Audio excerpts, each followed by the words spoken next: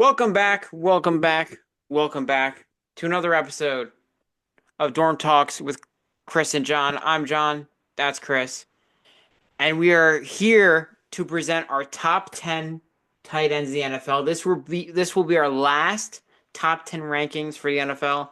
If there's any positions you really want to see, let us know, but I think we're going to call it at this one. And we'll move on to our NBA rankings as that season just finished up. We can kind of reflect on who was the best in their positions. As both leagues are going to start to ramp up a little bit, and we got some WNBA ball in full swing as they're about to go on All-Star break.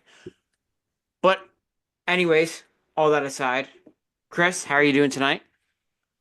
Pretty cool. Pretty cool. Shout out Amaya and Brian for winning Love Island season 7. Shout out to my papaya, man. Shout out.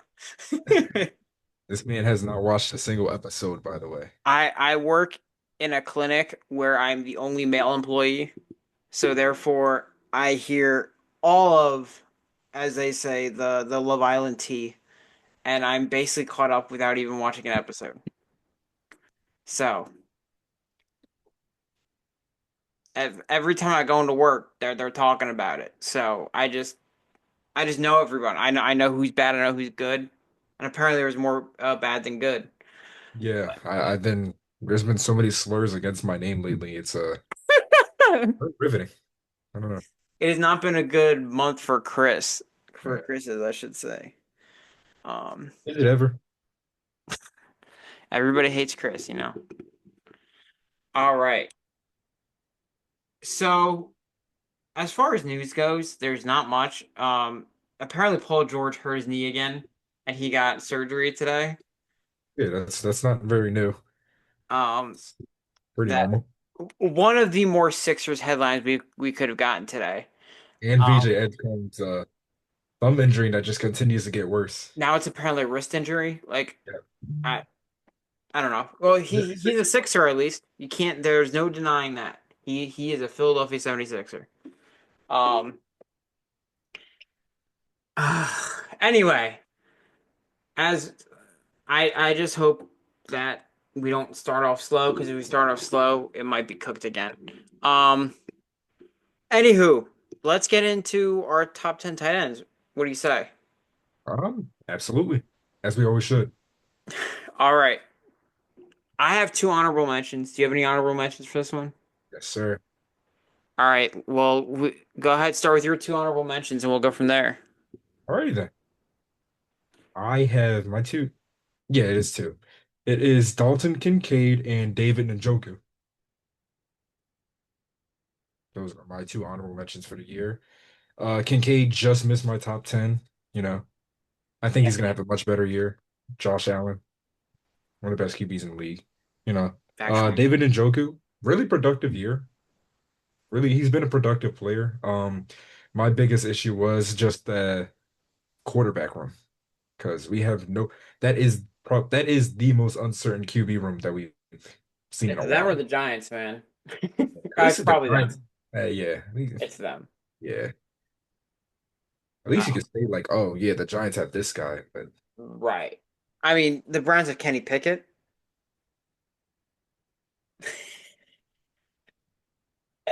Chris, look at me, man. Look at me, Chris. Don't be ashamed of me.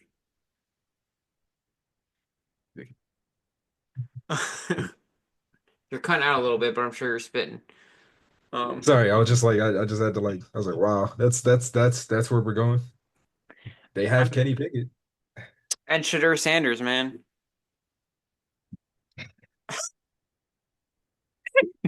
It's your honorable mentions, man. All right.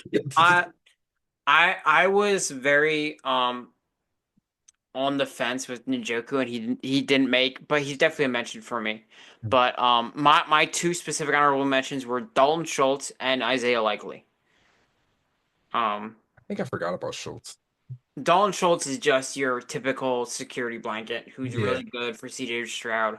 Wasn't as good as his season 2 years ago, but still Mhm. a productive season for a tight end. Isaiah Likely is like a big wide receiver basically, and he's a really cool utility guy you can have. And I mean, he's just another downfield threat for Lamar, and I think we saw when Mark Andrews started his year out so slow. Um, Isaiah Likely was fantastic in the beginning of the year, and a lot of people were saying maybe he's better. And I think he does less like blocking wise as Mark Andrews does, but in terms of a downfield threat, he's one of the best. But he could easily be in the top 10. I just had him outside just because of production, but and versatility, of course. But yeah, that is my honorable mention. I can respect that. All right, do you want to start with your number 10? Yeah. My number 10 was gonna be Dallas Goddard. Dallas Goedert. Okay. Yeah. I'm gonna look As like far a as num- homer. as as far as numbers go in the regular season, he's really not anything impressive at all. Um, any Eagles fan, anybody could tell you that. But it's in the postseason, I'd say, where we see why I consider him a top 10 tight end at least. Yeah. Big injury concerns as usual. I don't think he's played a full season yet. Yeah, I don't think Maybe so. his rookie year. Maybe. Yeah, maybe. But You yeah, keep talking, I'll look it up. yeah. Since then, I don't think he's been able to play a full season. But when he does play, he's consistently shown to be one of the best receiving tight ends in the league. You know, Yeah. um, he's a great option for that Eagles team. He's usually, honestly, whenever people talk about it, I always say like as far as receiving options go, usually he's that second read, Yeah. unless it's like a play specifically drawn for Devontae Smith. So yeah, honestly, uh, I think he could have a better year than he did last year, but I think it's number one staying healthy. And if the Eagles, I don't expect them to be as fully run heavy as they were this year. So I do just see bigger things coming out of that receiving core, and that includes him. You know, Yeah. I I have his stats up. He's been in the league since 2018. That's crazy. I know. Um, in 2018, he played full season his rookie year. Um, 16 games. He didn't play as much because he was a backup tight end to Ertz at the time. Yeah. And then 15 the year after, 11, 15, 12, 14, 10. Okay. So it's not as bad as I thought it was. This year was his worst.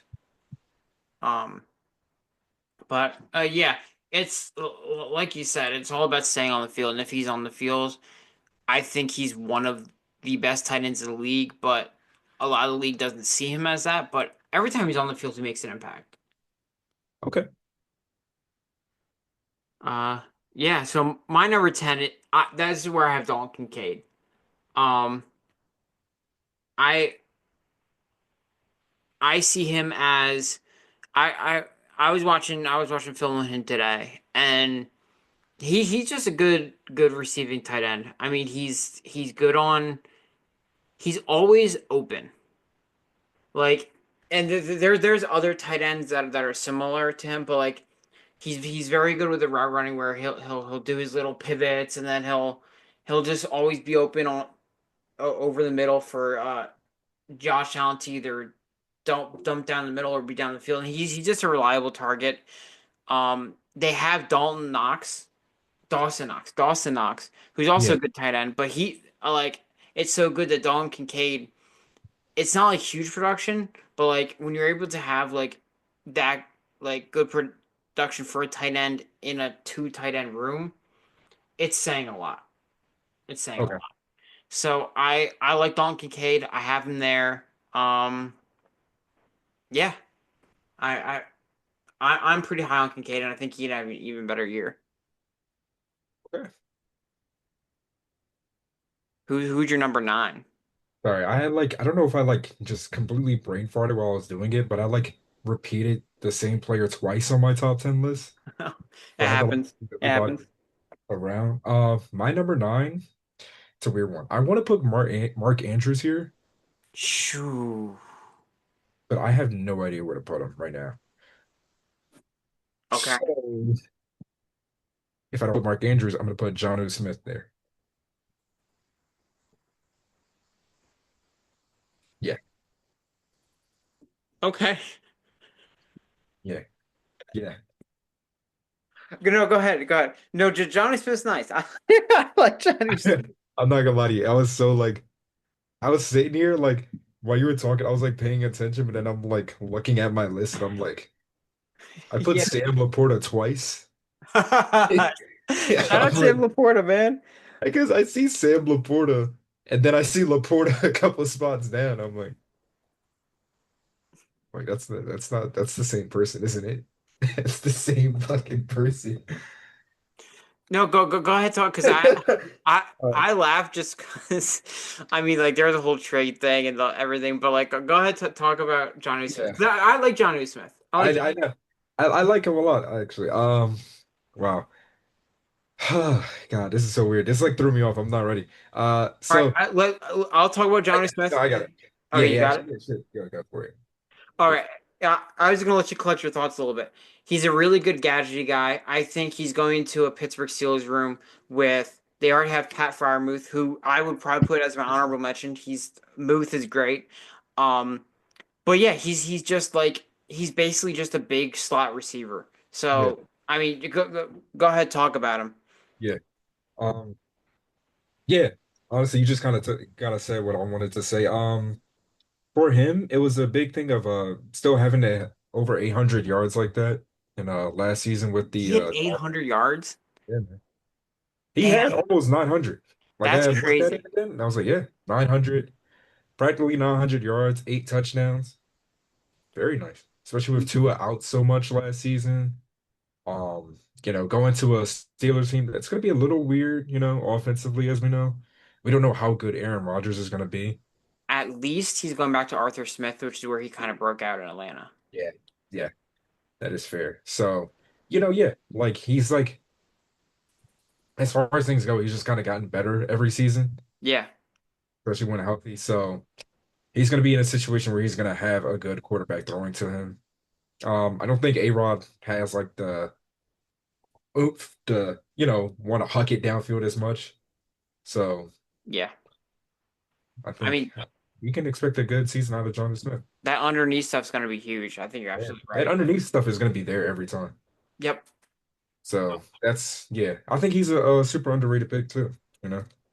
Yeah, I think the reason I have him not on my list is just, he doesn't play the tight end role, right? He plays like a gadget receiver and he's a great tight end, but Yeah. just the other guys in terms of like blocking where he's not really playing a part in and you know, I mean, I feel like he should have recognition, so I'm glad you put him on. Yeah. Um that was your number nine? Yes. My nine is Zach Ertz. Um Oh my God, I forgot. Eagles legend Zach Ertz, man. Yo, I completely forgot about him. I'm not gonna lie to you. Shout out Zach Ertz. He had his little resurgence of a year and became a security blanket for Jane Daniels. And I think he also hasn't been on the field the past couple years when he was with Arizona. And then he like went to the Lions last year, but they never played a game for him because he was just like he was just kind of like he didn't get on the field, so we didn't really see him be washed. It's like he wasn't on the field and bad. He just wasn't Yeah. on the field. And I mean, in the playoff game, he had like 10 catches against us. Like, It was like the only guy really showing up there in that I game. mean, as far as tight ends go, he probably has the most sure hands of a tight end. Like, Yeah. if you, I think the year we won the Super Bowl in 2017, I don't think he dropped the pass all year. I think that was the thing. I don't think he dropped the pass. And you see that still this year where if Jane Daniels' ability to escape the pocket and extend plays is huge for a guy like Zach Ertz, who is just going to sit underneath if you need, and he's going to Mhm. get you to 5 yards. He's never been known for after the catch, but he's going to get you those yards, and you can feel safe knowing that. And he gave them one of the best security blankets you could have. Yeah. And I mean, he's that security blanket has made these young quarterbacks look like MVPs playing with him. I mean, even when he put Kyler for a little bit, I mean, he made him look great because he gave him that option as well. The short time he played with him. So Yeah, I mean, I think Zach Ertz made his way back on this list. I debated putting him higher, but I just like Zach Ertz, and unfortunately, he's playing for Washington. It's a little weird as an Eagles fan seeing him wear the maroon. I saw this argument on another podcast once. I watch the Stay Hot podcast a lot. Mhm. The Washington jersey should be like a wash jersey. Like Zach Ertz in a Commanders jersey should be like it should Oh look like yeah, Patrick Ewing and the Magic, or Hakeem and the Raptors, or yeah, exactly. Like Steve Nash and the Lakers. Like something like just like oh, you that's should hear that song that plays over the yeah, yeah, yeah. Like very Celtic Shacky. And Shaggy. it's it's not.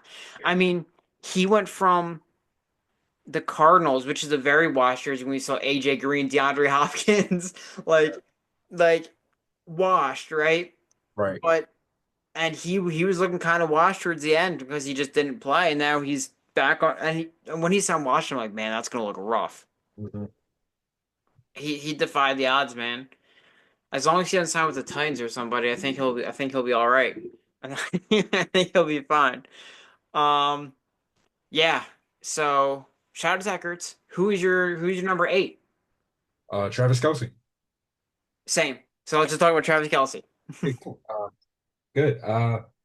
Man, Travis Kelce, man, it's so weird kind of seeing how he's like dropped from like consensus easy. Oh yeah, number one to like here, definitely felt weird like Mhm. having to put him this low, but I feel like you kind of have to because as far as it goes right now, I think the tight end position is in like one of its best states in a while.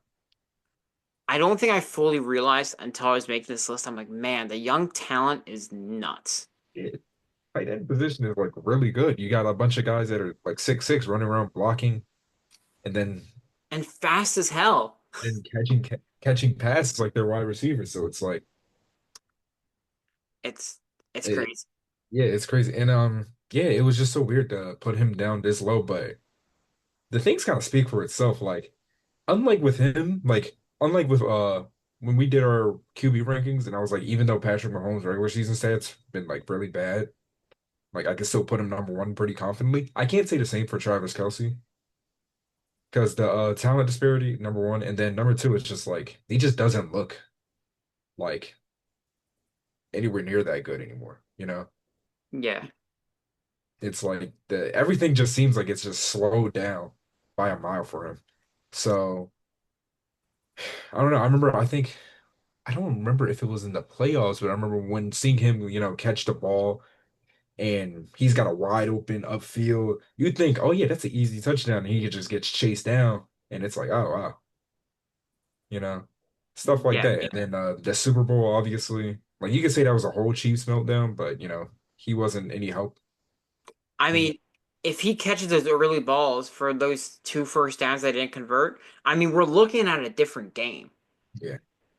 Like those were some crucial moments that he just dropped, and he was a little behind, and like Mhm. you said, slower.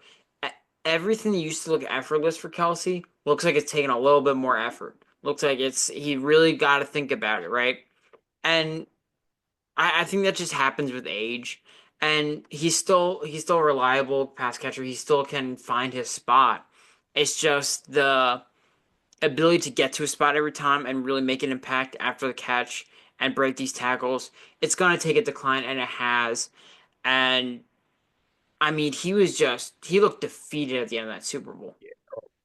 He wasn't getting up to help like block for a play.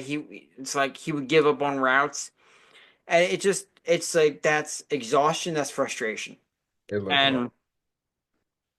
And now I think they're gonna be able to rely on him less now that they're having like their receivers kind of come back into the game. Kind of you got Xavier Worthy, right? Mhm. Um I forget their other guy they have, but like they're having these guys back, and I think you can expect for Mahomes to kind of go back to what he was doing in 2019 and 2020 where he's just airing out the ball. he Mhm. probably misses airing out the ball so much. Oh Like yeah.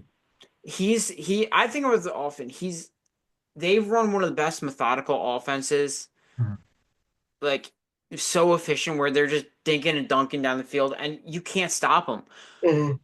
But he hasn't been able to use the cannon that he has that often. And I know he loves his airing it down. When he had Tyreek Hill, I mean, he had 50 touchdowns in a year, just Yeah. like absurd stuff. And I'm sure he misses that like crazy because, Especially when you don't even win the Super Bowl doing all that. It's like I just gave up my numbers for what, you know? right, exactly. And I mean, like, we've all played backyard quarterback and we love airing that ball out. Like every play, we want to say, hey, go deep. Go, like, in the core of the sport, everyone loves the deep pass, and Mhm. it adds juice to the offense, adds explosiveness. I say all that to say, Kelsey made you be able to have production in the under game and in the game that's going to be between the numbers, over the middle, um, getting these chunk plays. He was king of that, and now maybe he bounces back a little. But if he's not at his level of production, I think you can expect for the deep ball to be much more of a factor. Because Yeah, I think you still have to pay attention to Kelsey just because, I mean, a top 10 tight end is not a bad tight end. exactly. It's just what we're used to Travis Kelsey being is not what he's at now. Yeah. We're used to putting him up right there with the guys that are being at the top of the list. I'm not gonna spoil it, but Yeah. the obvious ones like George Kittle's, all Yeah. those. So We didn't have to think about it. He was like Mahomes. It's like, all right, Mahomes one quarterback, Travis Kelsey's one at tight end. yeah, exactly. Boom, boom. Easy. Well, easy. All right, number seven. Anything else on Travis Kelsey? No, no. All right. Feel like we hit the marks. Yep. Number 7 is gonna be TJ Hawkinson. All right. Yeah, All right. yeah. I think I talked about this a little bit in our Vikings. No, it might have been our wide receiver rankings We that did talk about Hawkinson a little bit. yeah. Not just him, but that whole like situation right now with JJ McCarthy coming in, you Hmm. know. Like obviously people say like, even though he was a rookie, he didn't play, he had such a crazy bad injury, he's still coming in with like a whole year to prepare, a whole year of watching like definitely one of the better like vet QBs in the league. So it's like I'm definitely not sitting here gonna say like, oh, he's gonna be bad, but we don't know. But I think for Hawkinson at least, that's going to be like a much easier task to get him the ball than a guy like Jay Jettis or Jordan Addison. You know what I'm saying? We might not see like a lot of big time throws downfield. They're going to be like, just give me those for Jay Jettis. Then we might see something a little bit more comfortable, I want to say, especially in the earlier season. But yeah, I feel pretty confident putting him here. He didn't feel like a generational move maker tight end for me. Hmm. Not to say that he's bad, but in the sense of when you're ranking all the other guys, he felt like it was pretty good to put him here.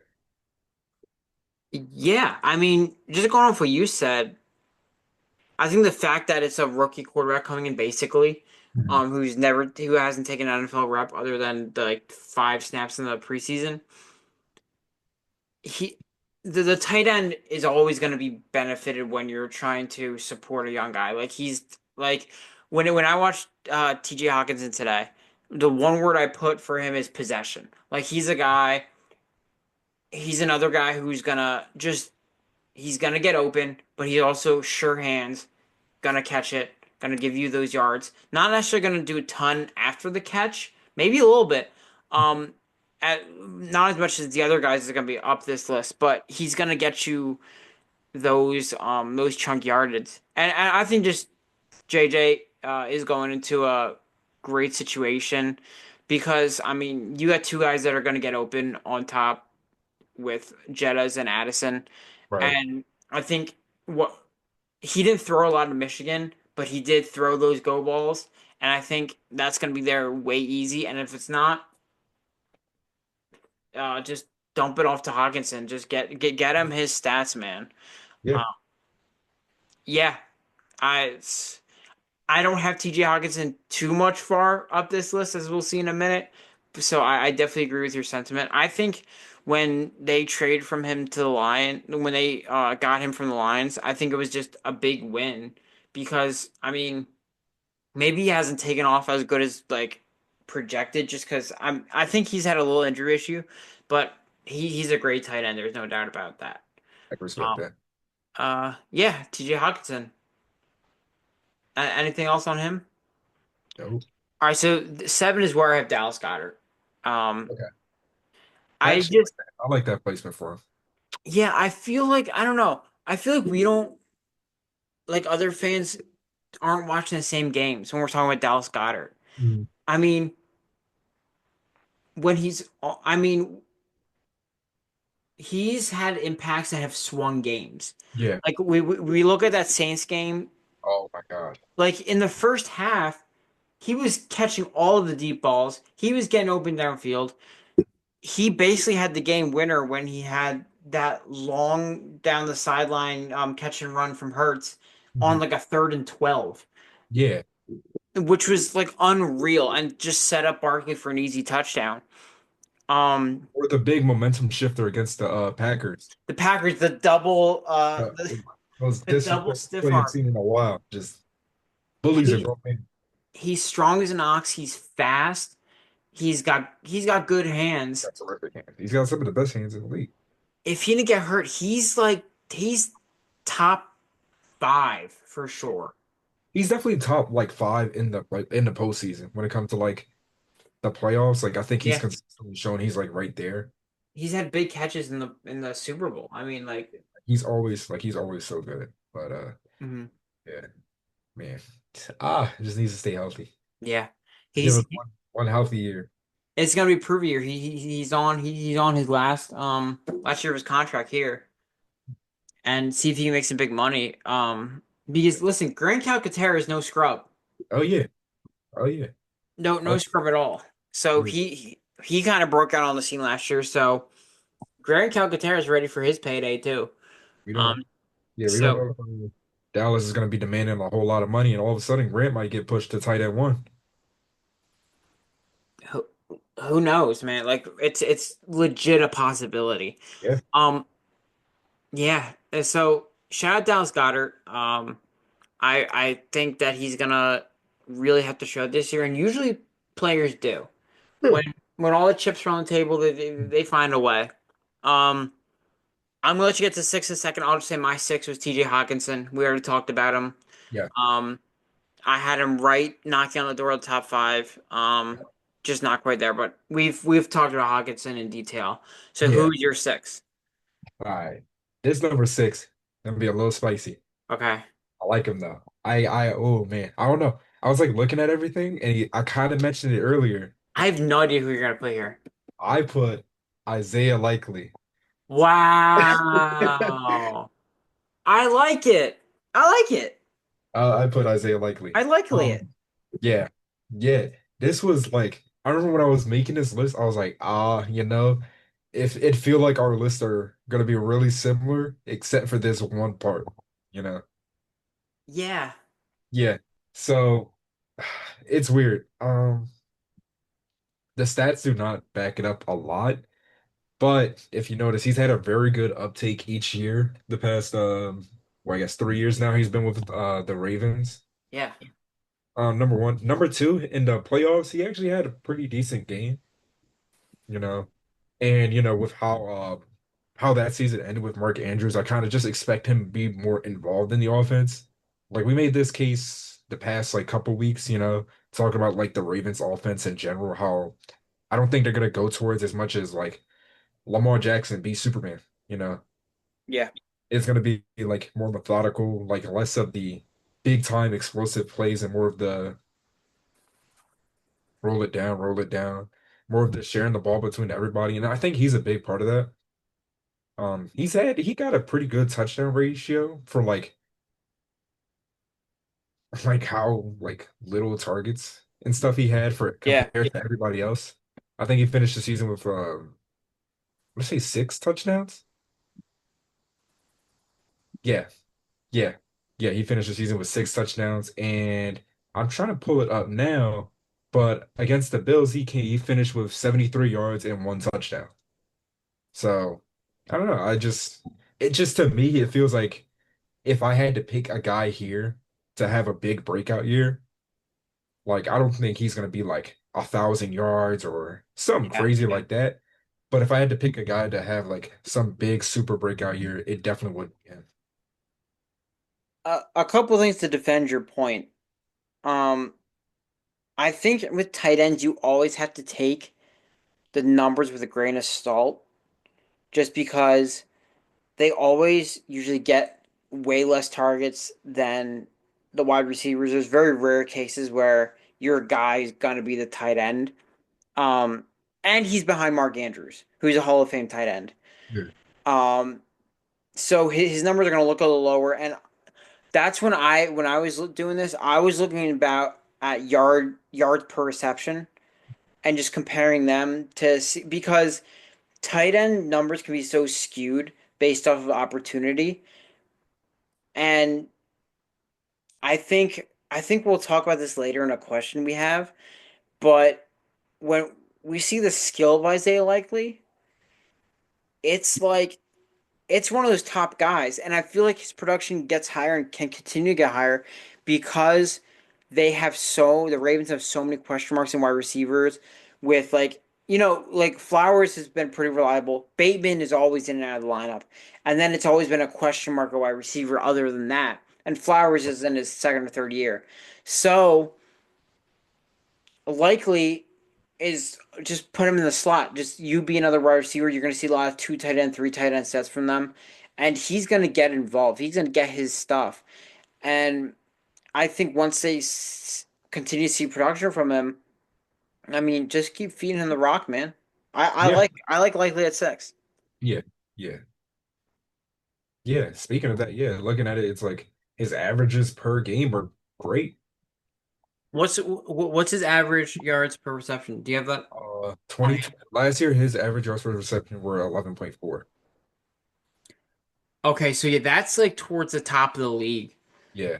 Um, because Yeah. yeah, Yeah. Goddard's was 11.8. I'm looking at right And now. in their two playoff games, his average yards per reception were 18. Now they only did play two, mind Right. you. He did only have 9 targets, but I don't know. That just tells me a lot. Yeah, I listen. I like it. It's ballsy, but I like it. I like Yeah. it. I like it. And that could go very well or very wrong.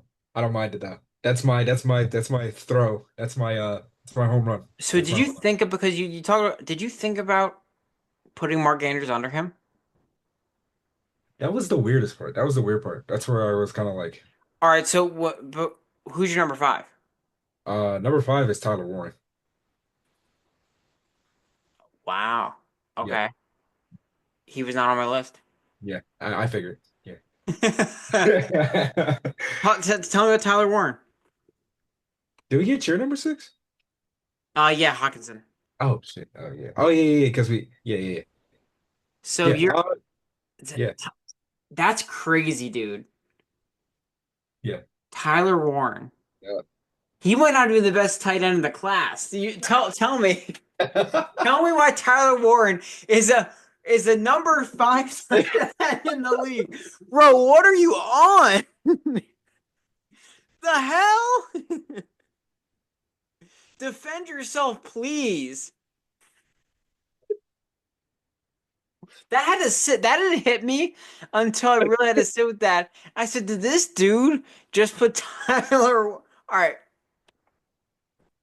tell me about him. Okay. Oh man. What at Penn State did you see that was like, man, Oh that is man. top five NFL I tight think end we material. had this discussion when they got drafted, but I was really high on Tyler Warren, even when he did get drafted, to be fair. Okay, Okay. I know, I know. Little crazy. I'm gonna let Little you crazy. cook. I'm gonna let you Little cook. crazy. But but at Penn State, over 1,000 yards to finish his collegiate season.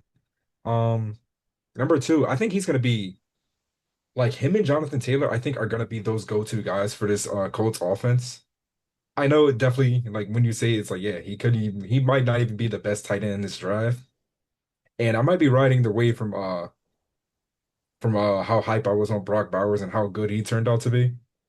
Yeah. You know, and I'm not saying he is Brock Bowers. Let's not say that. Okay, but for what he did while he was in Penn State, I have the stats here. I just gotta find them where I put them at.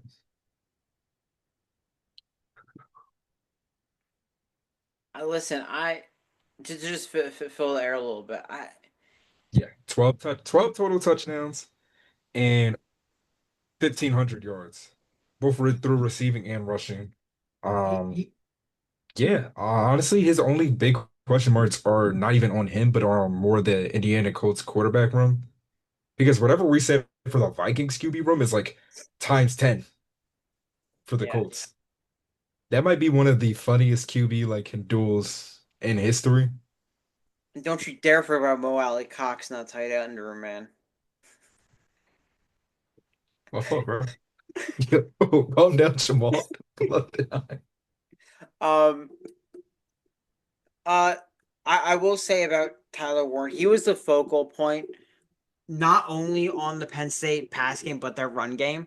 Just his ability to get all-purpose yards, it was uncanny, and I mean, I think he's gonna be a good player. I just to put him over guys like Hawkinson, like Travis Kelsey. I'm not gonna lie to you. I was definitely looking back onto it. I think I didn't really look onto it when I was redoing it because of the whole Sam Laporta thing Yeah.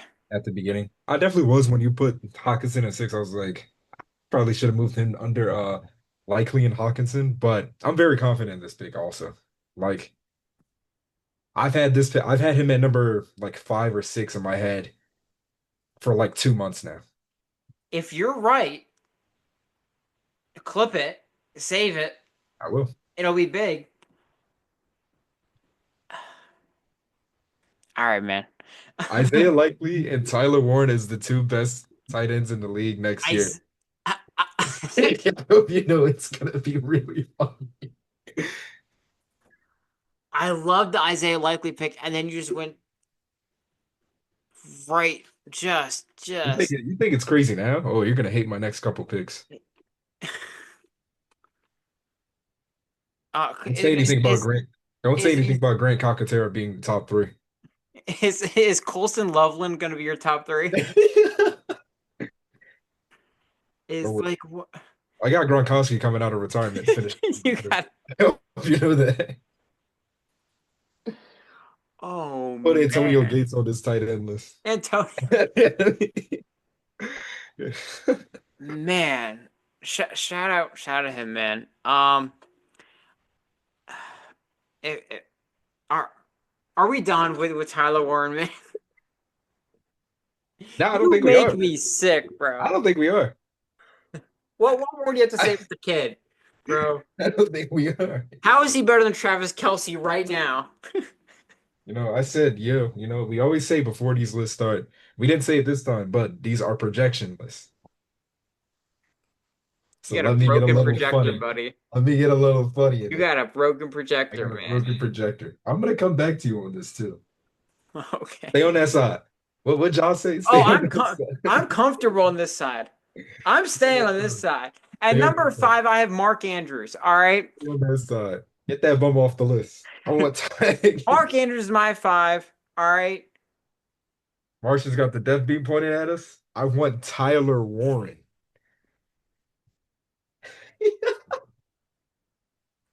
I'm so Oh my serious on this pick, I God. promise. All right. All Mark right, anyway. Andrews is my number five.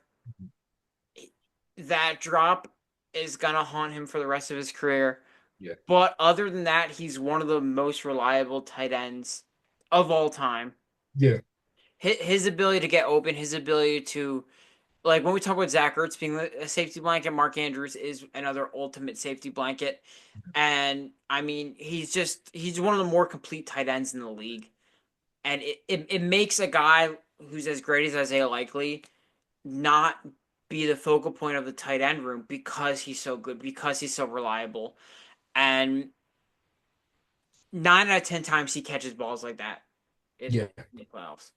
Um, Yeah. it's unfortunate, and I hope because like this psychological impact stuff is real, Mhm. and I hope that he can just kind of put that in the past and be like, you know what, it's bounce back time because I think he's still that good. Yeah, that drop and that fumble in that game were heartbreaking. Yeah, But, it's not all his fault. there's multiple opportunities for him to not be in that position. Yeah, So you know. We could blame it on a lot of things with the Ravens. From Derrick Henry somehow finishing with 80 yards in a go winner go home playoff game. Lamar Jackson and stupid turnovers. You yeah, know, it's just things. So it's not his fault. Don't take me not putting him on the list as like some sort of hate. he's not on your list. No, no. Wow, Chris, this is good content, man. I'm having a lot of fun over here with my I'm top. glad. You know, I respect you for just being like, you know what? I'm just saying. Uh, you know, No Mark Andrews. no Mark Andrews. Now, is it because I forgot about him, or is it because I'm trying to have fun? You decide. Uh, no, no seriousness. He is a top five talent. I'm not going to sit here and pretend he's not. Yeah. But as far as projections go, I'm looking into the future for teams right now. And I don't know. He felt like a weird pick. Yeah, I mean, it's hard to gauge as they get older, and but Yeah. I just don't think I know he started off slow, but I don't think he dropped off enough for him to be Yeah, like, no, yeah, definitely not. Yeah, definitely not. But I don't know. um, yeah. But before we go on, I want to shout out someone who I should have had in my honorable mentions at least. But shout out to Tucker Craft, Green Bay Oh, Packers tight end. yeah. He probably deserves to be on this list, but it's such a packed list. But I just want to make sure we gave him some love. All right, number four. I feel like we keep forgetting tight ends. Yeah. Yeah, I feel like we've been forgetting players like all like for the past like couple weeks. yeah, we really gotta like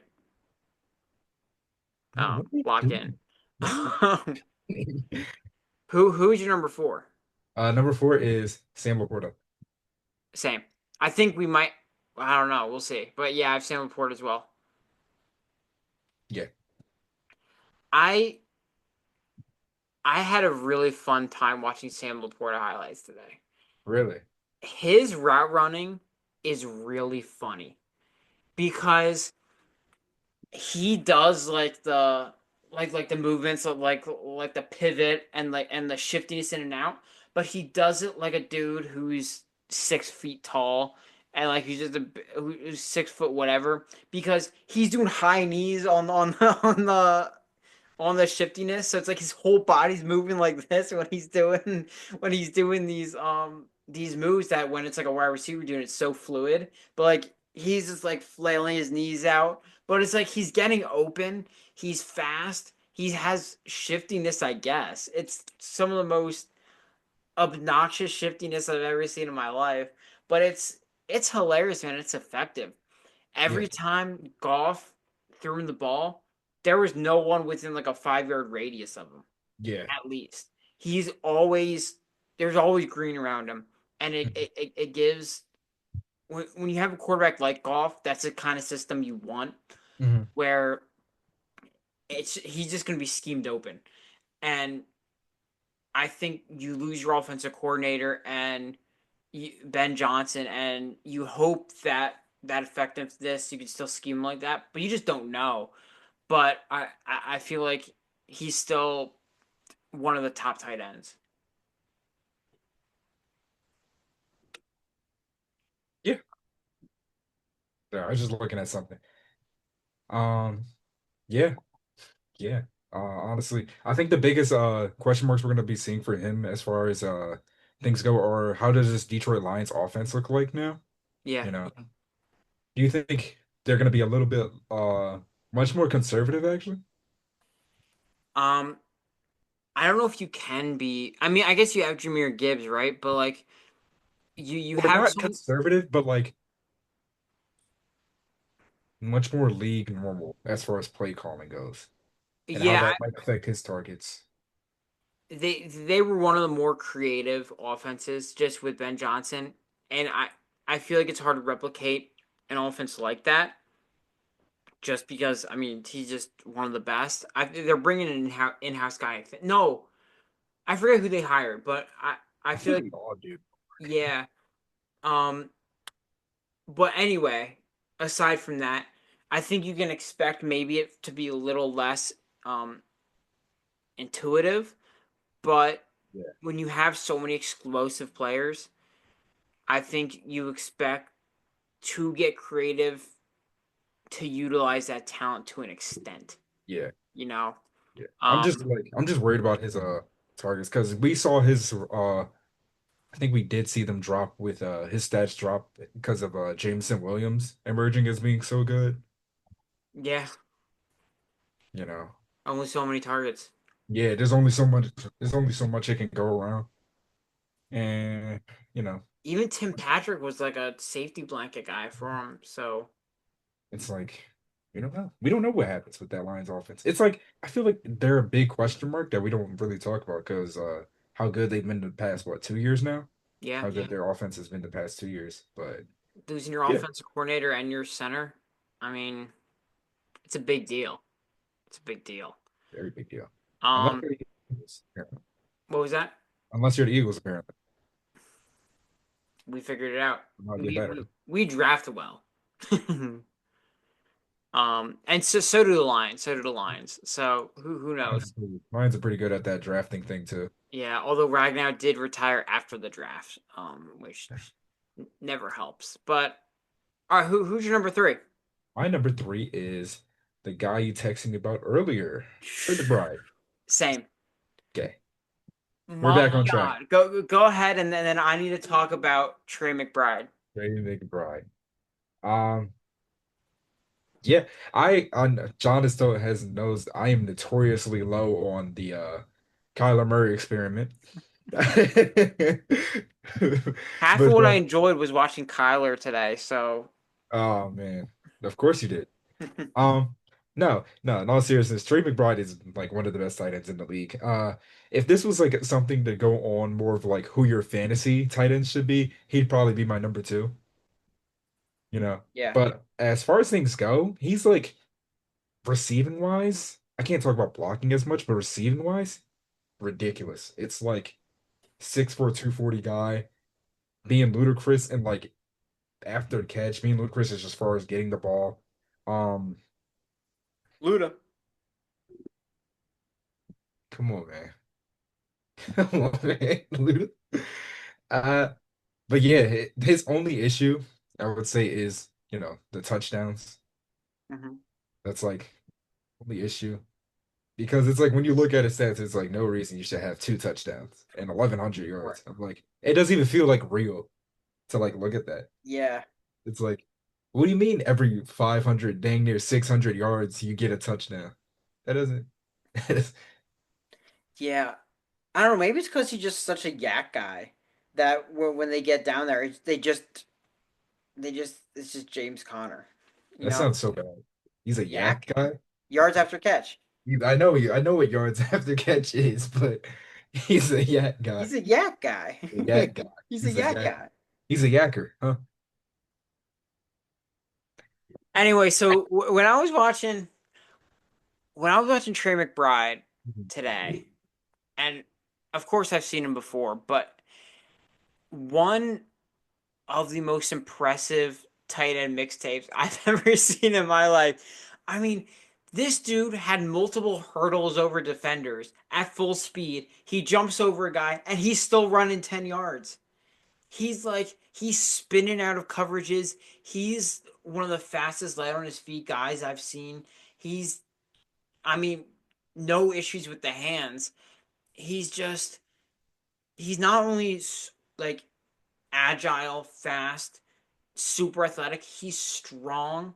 He's pushing guys off of him. He's making catches through contact. He's extending plays so when Kyler does his run around thing, he's gonna be right there. It's just I think he has the ability to be one this year. Yeah, I can respect that. Yeah. He's just when talking about these three guys, they're in the tier. This is them. And Tyler Um, Warren.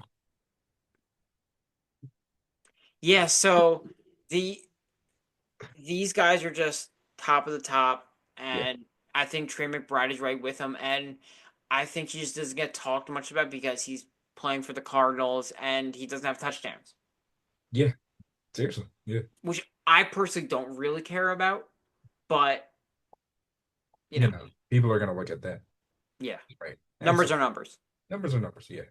Yeah, I agree with you though. He could definitely be number two, number one, even. I wouldn't say number one, but he could definitely be number two Yeah. by the end of this year. So who's Ah, I who's can respect that. I'm who's your sure. number two?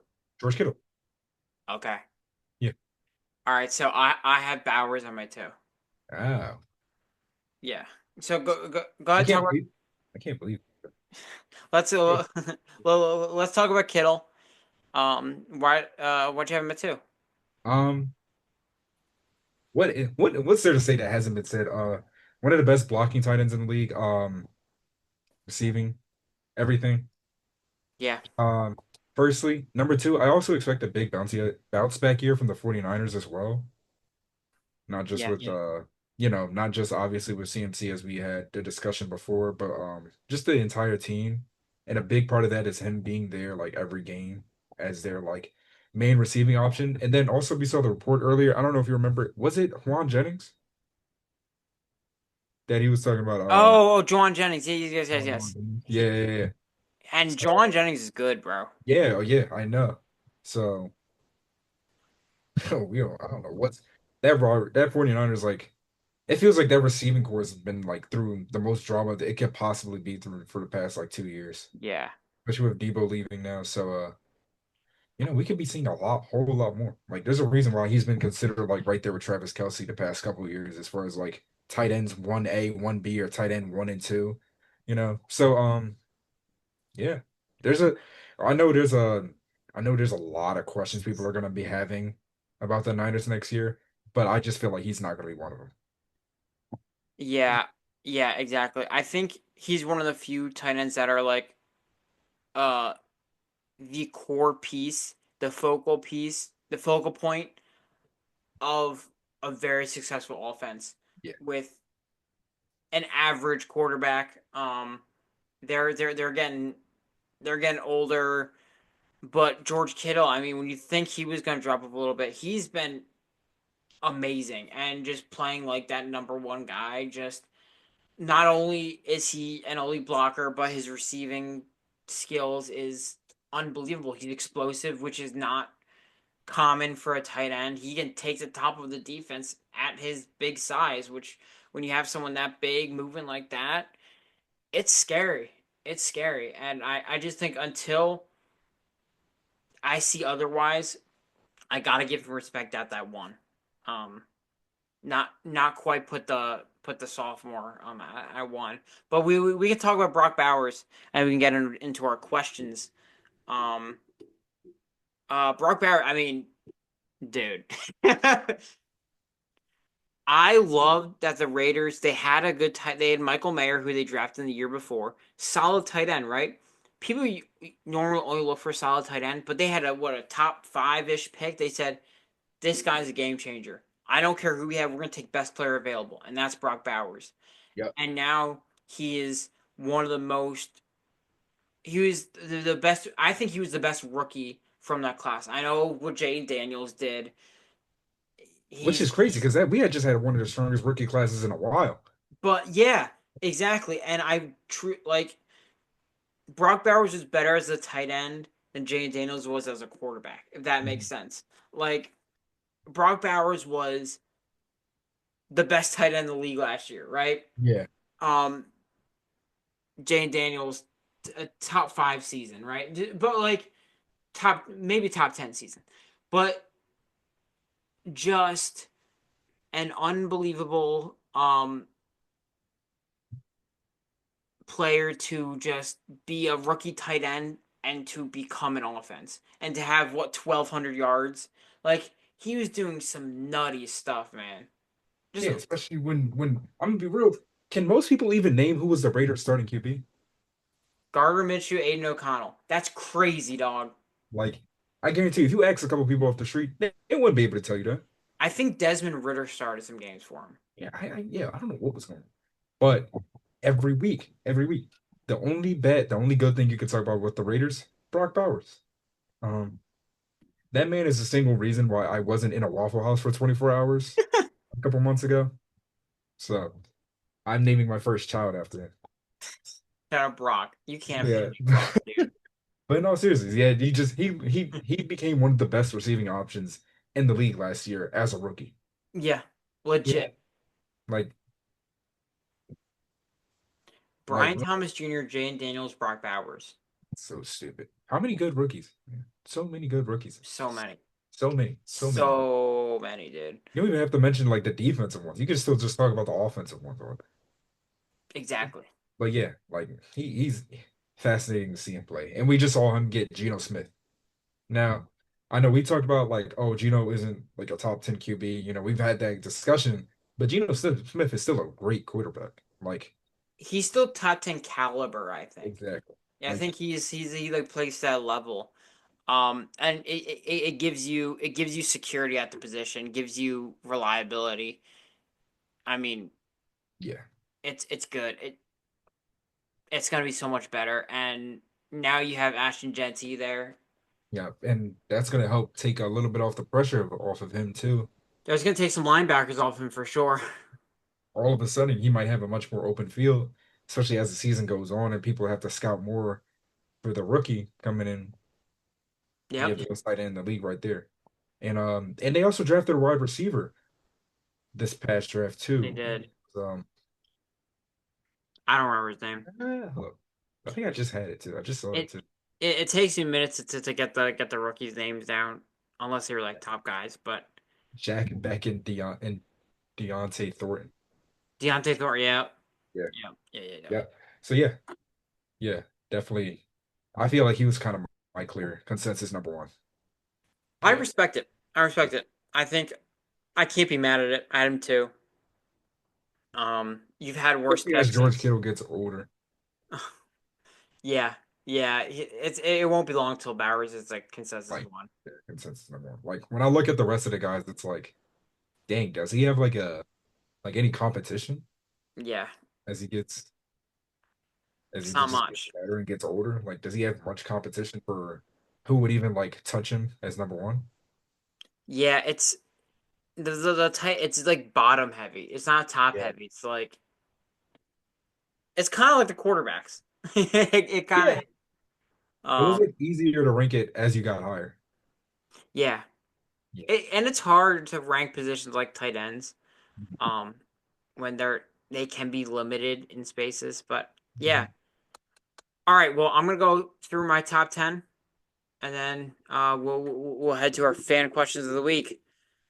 All right. So at my honorable mention, I had shout out Tyler Kraft, Dalton Schultz, Isaiah Likely. Number 10, I had Dalton Kincaid. 9, Zach Ertz. 8, Travis Kelsey. 7, Dallas Goddard.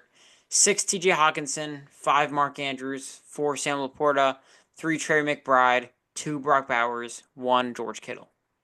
All right. My honorable mentions were Dalton Kincaid and David Njoku. Number 10 is Dallas Goddard. Number 9 is Jonnu Smith. 8, Travis Kelce. 7 was TJ Hawkinson. Number 6 was Isaiah Likely. Number 5 was Tyler Warren. Number 4, Sam Laporta. Number 3, Trey McBride. Number 2, George Kittle. And my number 1 was Brock Bowers. Going into the 2025-2026 NFL season. Excellent. Yeah. Excellent. Your list was interesting. Um, all right. Our fan question of the week. We had some good questions. Shout out to everyone. Every week on my Instagram, I'll have it in the description. Um, I'll have the suggestion box. Please submit your questions. I Yeah. asked for any kinds of questions, so we got a We good really mix. we don't mind what questions y'all ask, please. Yeah, anything. Don't make it weird. So we're gonna look at the second question first. We're not gonna look at that first question on the box. Okay, go ahead. All No. right. So, um, well, one of our questions was asking if we have seen the new Superman movie and saying we have to see it. Fortunately, we have not. I have not yet. Chris has not yet. We probably got to figure that out because I do want to see it. We do have to see it. I've heard it's amazing. I've heard People say they want to go be a better person now, so I've heard nothing but good things, and I think it makes me want to see it more because back when we roomed together last year at college, we watched Superman during Man our of finals Steel. crunch, and we were both very disappointed watching the movie. Yeah, it was really it was like I remember after watching it, it was like, dang, it's kind of mid. Yeah, it didn't make much sense. It Yeah, was kind of all over the place. yeah, it was like I didn't remember how like convoluted it got at the end. Like in between like the really admittedly really good action scenes. I didn't Yeah, realize like, man, what is going on? yeah, it it was just kind of the storyline was so choppy. It I was know. just kind of all over the place. So I definitely I have trouble getting to the theaters. I just don't get there. It's like, oh, I want to see that movie, and I never do. Yeah, Um, so this is definitely a movie that I want to try to make an effort to see. yeah, definitely. Um, Definitely. Yeah. all right, I think I think we're gonna go with the first question there. I think not honestly. I know you don't want to answer it, but I want to answer because I think it's No, a I'm really good playing. I'm playing. question. It's a really great question. um, shout out to our friend. Uh, they asked, what matters more when talking about player rankings in sport? Production or pure skill? It's a great question. And did you want to go first or Sure. Um, yeah, I think production is always gonna matter a lot just because that's how we can compare. It's easy to compare numbers. It's easy to compare accolades. It's it's the easiest thing for like if you're having like a friendly argument to go right off. It's like, oh, we have this, yeah. this, this, this. What can you show me? But I feel like when we talk about um just comparing players in general, especially when you're talking about like scouting and like who you want for your team when you're getting like really in depth with all that, because situation matters, Yeah. right? Situation matters a lot. And I think we talk a lot about that when we're doing rankings. We're like, man, his situation is going to get a lot better this year, so we're gonna really um, push him up the rankings a good bit because we expect production. That there are people who, I mean, we see raw athletes all the time don't really make it out because they don't get the system they need, and the system matters for production. But I feel like when we talk about players, it's important to talk about what they can do on the field and more than just their numbers. Because when you talk about what they can do, it gives you an understanding of why is their impact so big and what makes their impact the biggest. So I think in like debates, it's it's always easy to go for the stats, and stats matter because Yeah. that's you play to win, and you win by putting up stats and putting up points on the board. Yep. And men lie, women lie, but as we always know, numbers Numbers don't. don't numbers don't lie. Um, I think people can get a little carried away with the numbers. Oh yeah, definitely. Which is why it's important to really include um talent, but also when we're talking about sports, because it's a team game, athletic ability and talent is not everything. Yeah. Look at TJ McConnell, right? Like we saw his impact in the finals. He's not jumping out the gym. He's not a good 3 point. He's not a particularly great 3 point shooter. He's But what he's gonna do is know his role, Yeah. put effort into it, be a pest, and that matters. So I think being able to find production matters a lot. Yeah. Respect that. I feel like the easy way to answer this would be it is a very big good mixture of both.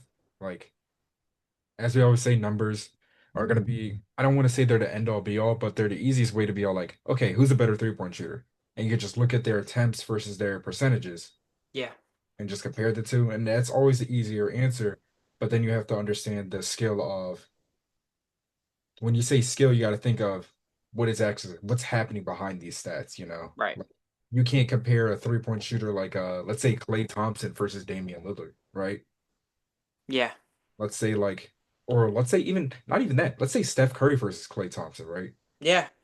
Because That's a great point. think about like the difficulty of shots, the difficulty of coverages that these players are seeing. It's always going to be like, well, he will like let's say if Klay shot 45% from three on like 8 attempts a game, Steph shot 43% on like 8 attempts a game. The numbers say Klay Thompson's a better three-point shooter, but ignore the fact that Steph Curry's shooting triple, double, triple coverage from 10, 20 feet behind the three-point line, has to dribble the ball up, and then has to be the focal point of a defense Yeah. compared to Klay Thompson, who might be coming off of one or two off-ball screens and just shooting into it with no hand in his face. Yeah. Or or even not even that, or just the fact that Steph is going to take a lot more of his threes off the dribble compared to one that's off the catch. Yeah. You know, that's where the Klay Thompson versus Damian Lillard three-point shooting debate might go into because it's like, well, Dame's pulling up and he's the main point guard. He's like their only offensive options back in his prime. But it's also a thing of when you think of skill, most people might get skill confused with flashiness, you know. Hmm. We see things like we see people say Kyrie Irving's the most skilled point guard of all time, or he's the most skilled player of all time. And I'm not gonna lie to you, I wholeheartedly disagree with that. Yeah, I think his skill, like his ability to get to the cup and like finish at the rim is unbelievable. Yeah, But when you talk about best ever, it looks pretty. it looks pretty. But as far as like basketball, like just straight up skill goes, it's like there's so much that goes into it from not even just the physical stuff, but the mental stuff, you know?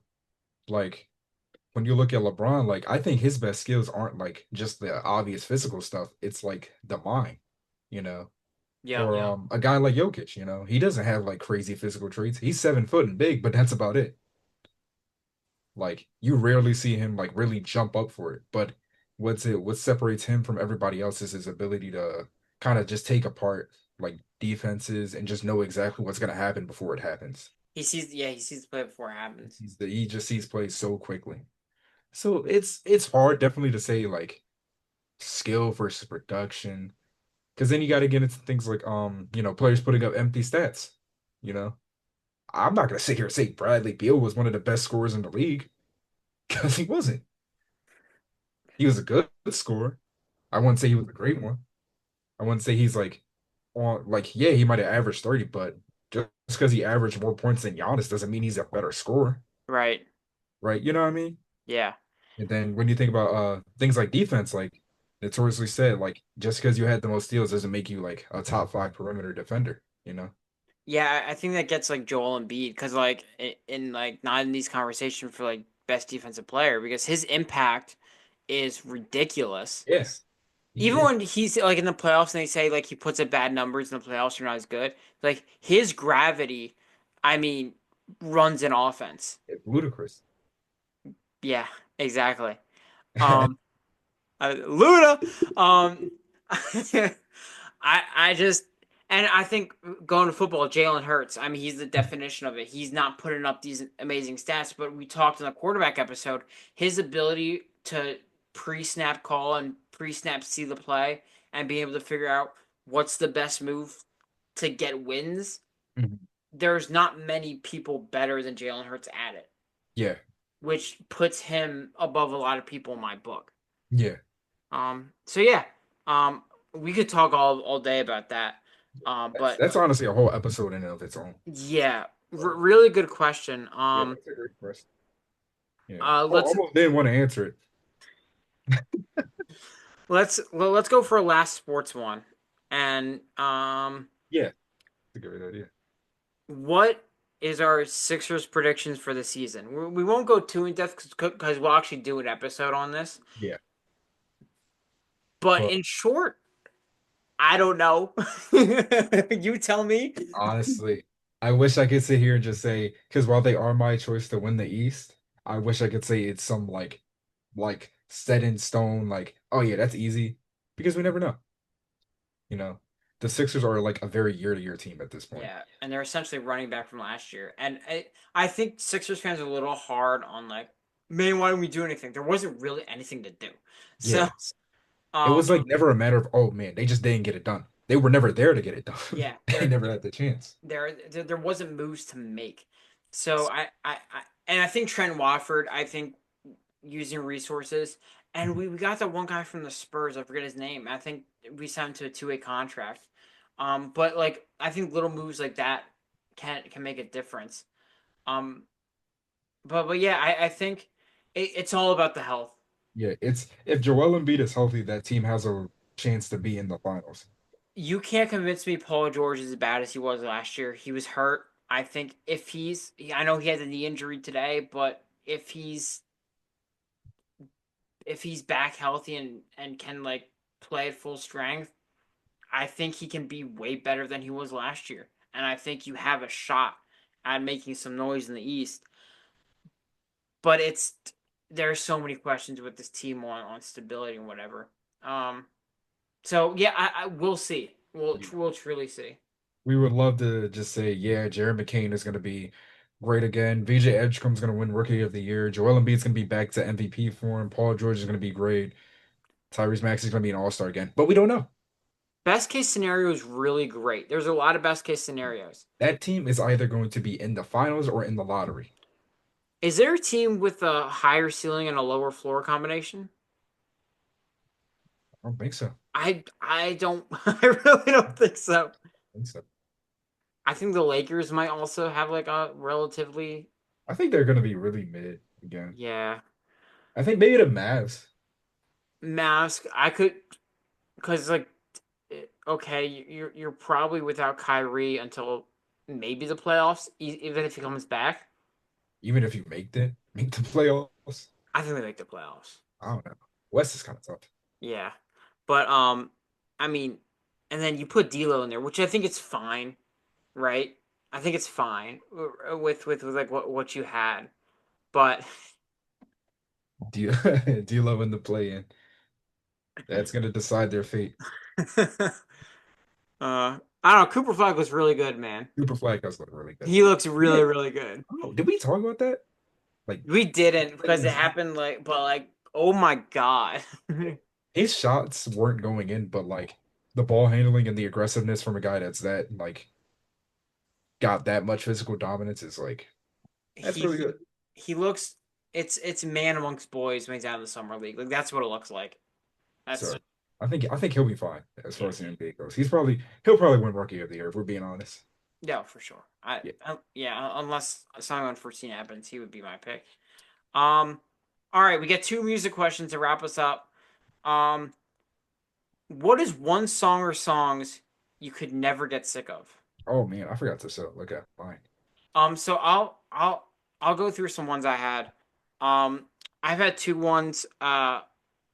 They're songs from the 80s. I grew up whenever we went on road trips, wherever we listened to the 80s radio. Um, I Can Feel It Coming the Air Tonight by Phil Collins. I feel like a lot of Phil Collins songs are just those like timeless, like even like people our age enjoy it a lot, especially because like he was like the voice of like Tarzan Yeah. and like and those movies, those Disney movies back in the day, like he's the voice of that, so it's like a lot of kids our age know his voice and know his songs. And In the Air Tonight has one of the most iconic drum transitions of all time. I Yeah. also have You're the Inspiration by Chicago.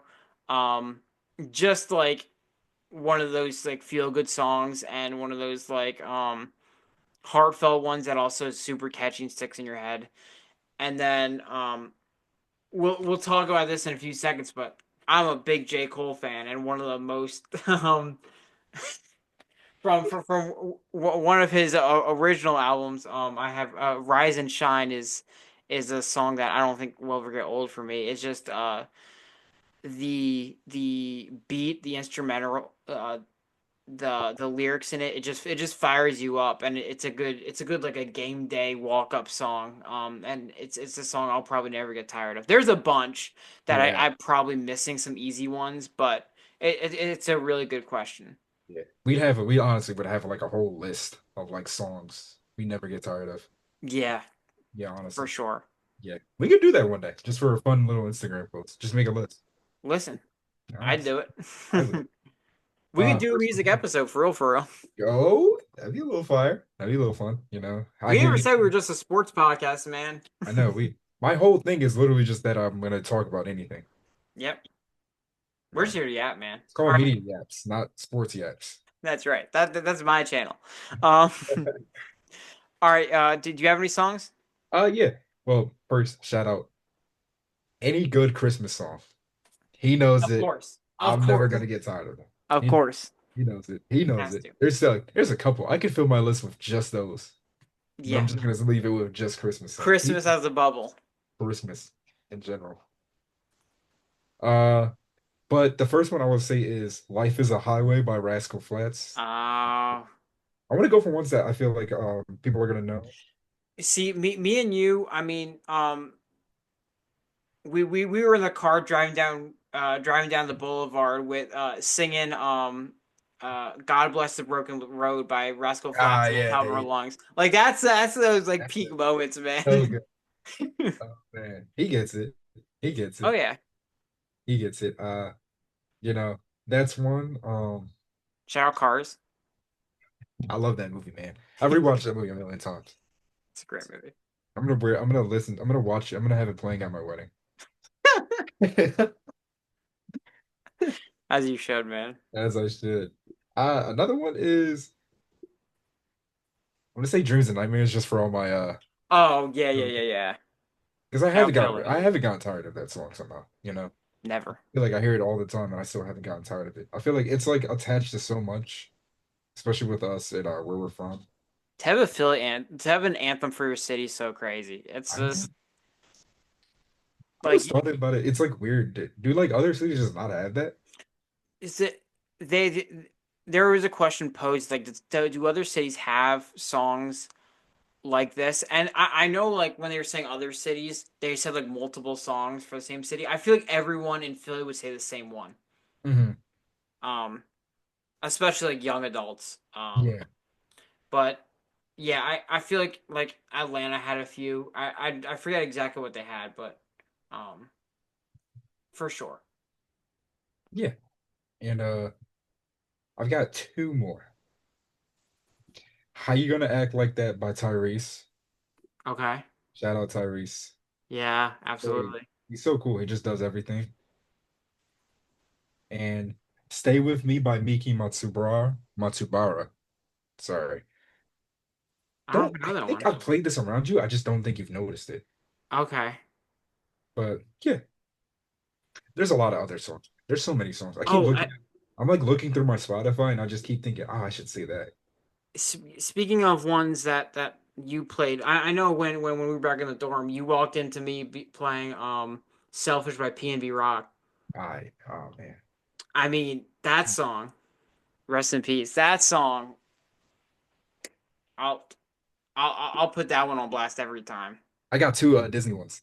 I got Something to Dance For from Shake It Up by Zendaya Yeah, and the Livin' Maddie intro song.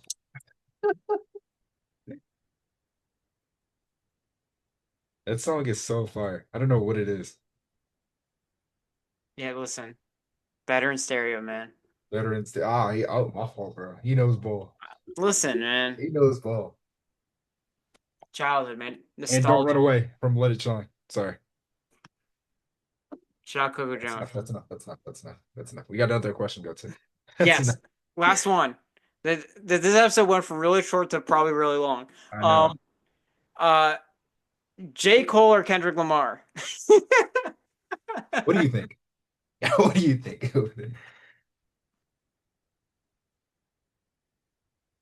Put that away, man. See, listen. Put that away. Listen. Take it down, actually. No, Take it no.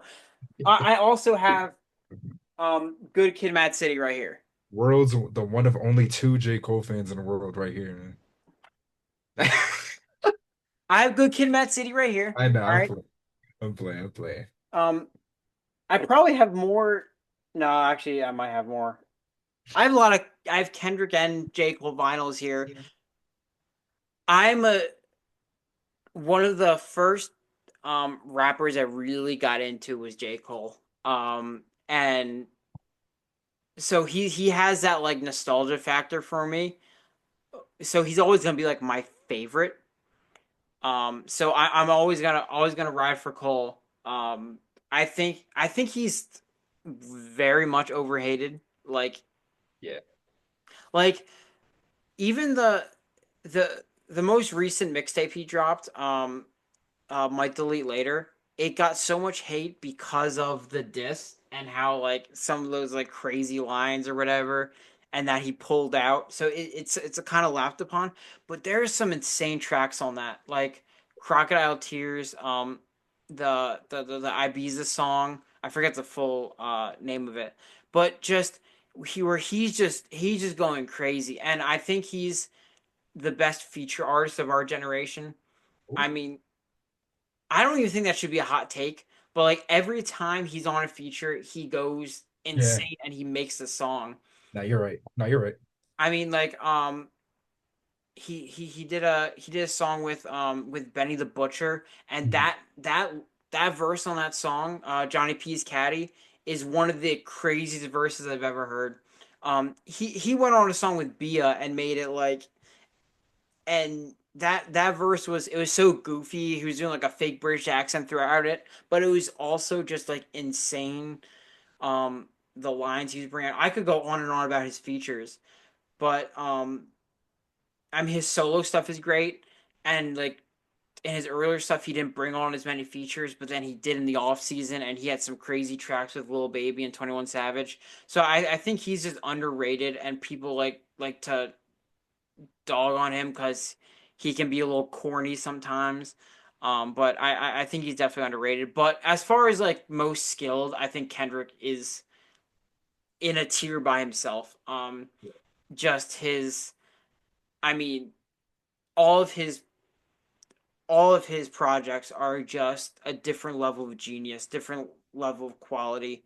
I could go through every song and just rave about it. Like Mr. Morale and the Big Steppers was like they didn't like it because it was so serious, but it's a beautiful album. GNX, people said, "Oh, that's didn't have that much meaning in it." It had a ton of meaning, I thought. Um, but yeah, I love I John. listen. I'm a fan of both, man. But I'll always argue for Cole, especially against Chris. So Yeah. Yeah. No, yeah. He could tell you I'm like one of J. Cole's like biggest haters. For no good reason, honestly. I've said this before. I think J. Cole is one of the best artists like of our lifetime, at least. yeah, And I yeah, think that's like completely fair to say. yeah, He's like ridiculous. I'm gonna say obviously Kendrick over him, but that's yeah. not like a hate on him. That's more like a That's how good Kendrick is. that's Kendrick Lamar, man. It's I'm sorry. Kendrick I Lamar. don't know what you want me to do, bro. But in all seriousness, like seriously, both two goated artists, man. God, it's like I remember when we looked over the questions, I went over to go look at their discographies just to go Mhm. look at like whose songs I like more before I said anything. And I was like, man, I've got like so much of their albums just in my playlist already Yeah, without even like realizing it. So yeah, man. they got so many classics. It's So just many. They've got classics for everything, it feels like. legit. It's Like, it's unreal. Two of the best in generation. They get to be in our generation. I think you just gotta appreciate it. I think you just gotta appreciate it. it's just how it is. Before we go, Yeah, I got one more song for the songs I can never get tired for. Kiss Me Through the Phone by Soulja Boy. That's my go, man. Shout out there you Soulja Boy. go. You know what There I'm you talking go. That classic, man. about. There we go. All right. I think an extra long episode for us this week. Um, Yeah, there but hey, we basically got two in one, a mailbag episode and tight ends. Keep sending your questions. Um, maybe one day we'll have enough to just do an entire episode on questions. I think that'll be fun. The day we Um, get that good is I can't wait. oh I can't wait. I All can't right. wait. Shout out the Phillies. Shout out Philly. Shout out Allen Iverson, Georgetown. Oh, Yay! all right. Um, thank you for watching. Make sure to subscribe, like, download on Spotify, Apple Music. Follow the Instagrams. See y'all next week. Or don't. Thank you guys for watching. All right. Peace.